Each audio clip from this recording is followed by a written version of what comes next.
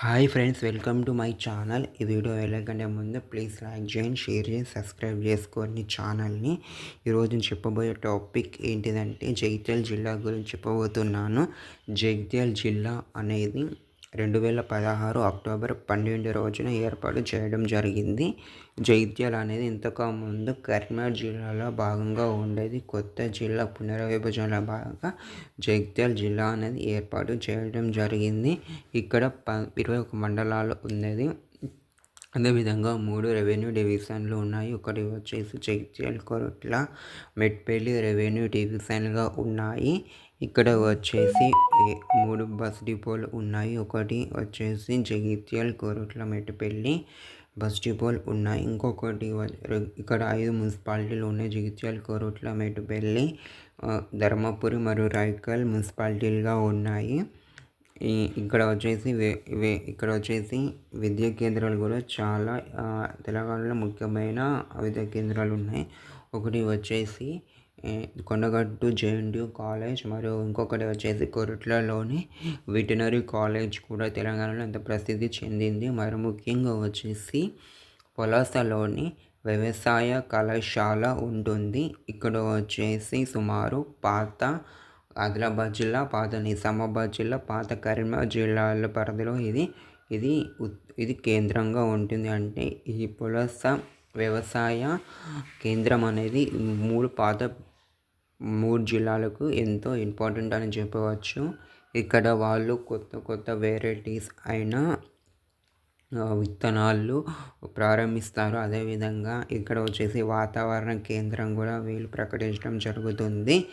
ఇక్కడ వచ్చేసి పుణ్యక్షేత్రాలు వచ్చేసి ధర్మపురిలోని లక్ష్మీ నరసింహ దేవాలయం, కొండగట్టు అంజన్న ఆలయం, దుబ్బరాజన్న ఆలయం, మరియు వచ్చేసి నల్గొండ లక్ష్మీ నరసింహస్వామి ఆలయం కూడా ఎంతో ఫేమస్ అని చెప్పవచ్చు. ఇక్కడ రైతులు ఎక్కువగా పసుపు మరియు వరి పండిస్తారు.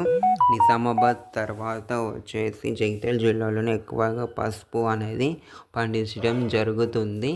ఇక్కడ వచ్చేసి ఎస్ఆర్ఎస్పి ద్వారా సుమారు జిల్లాలో 90% రైతులు ఎస్ఆర్ఎస్పి పైననే జీవితం అనేది ఆధారపడి ఉంటారు. ఇక్కడ వచ్చేసి ఇక్కడి ప్రజలు ఎక్కువగా దుబాయ్, మస్కట్కు వెళ్ళడం జరుగుతుంది. ఇక్కడ ఎక్కువగా బీటు కార్మికులు అనేటోళ్ళు చాలా ఎక్కువగా ఉండటం జరుగుతుంది ఈ జగిత్యాల జిల్లాలో.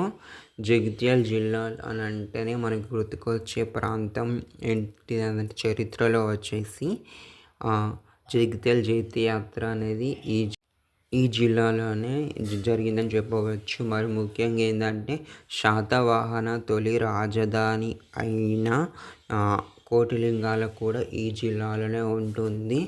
ఈ జిల్లాలో గోదావరి నది అనేది ప్రవహిస్తుంది. అంటే ఈ జిల్లాలో సుమారుగా 10 మండలాల్లో గోదావరి నది అనేది ప్రవహిస్తూ జరగడం జరుగుతుంది. మరి ముఖ్యంగా చెప్పుకోవాలంటే ఇక్కడ ధర్మపురిలో గోదావరి నది అనేది ఎంతో ప్రసిద్ధి చెందింది. మరియు కోటిలింగాల ఇంకొకటి వచ్చేసి రాయపట్నంలోని గోదావరి నది ఎంతో ప్రసిద్ధి చెందిందని చెప్పవచ్చు. ఇక్కడ ఇంకొకటి ఏంటంటే ముత్యంపేట షుగర్ ఫ్యాక్టరీ కూడా తెలంగాణలో ఎంతో ప్రసిద్ధి అని చెప్పవచ్చు. కానీ అప్పటి ప్రభుత్వాలు దీన్ని ఈ నష్టాలలో ఉంది కాబట్టి దీన్ని మూసివేయడం జరిగింది. ఇప్పుడు కొత్తగా వచ్చిన కాంగ్రెస్ గవర్నమెంట్ ఒక కమిషన్ వేసి దీనికి విధి విధానాలు రూపొందించి ఇది తెరవాలని భావించడం జరుగుతుంది. ఈ జిల్లాలో వచ్చేసి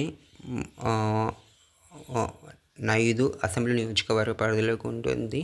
జగిత్యాల అసెంబ్లీ నియోజకవర్గం పూర్తిగా ఈ జిల్లాలో ఉంటుంది. కొరుట్ల కూడా వేములవాడలోని 2 మండలాలు వచ్చేసి మేడిపల్లి, కదల్పూర్ మరియు వచ్చేసి ధర్మపురి మెజారిటీ మండలాలు ఈ జిల్లాలోనే. చొప్పదండలోని కొడుమేల్ మరియు మల్యాల్ ఈ జిల్లాలో ఉంటుంది. ఈ జిల్లాలో 3 పార్లమెంట్ నియోజకవర్గాల పరిధిలోకి వస్తుంది. ఒకటి నిజామాబాద్, మరొకటి వచ్చేసి పెద్దపల్లి, ఇంకొకటి వచ్చేసి కరీంనగర్ పార్లమెంట్ ఈ జిల్లాలో ఉంటుంది.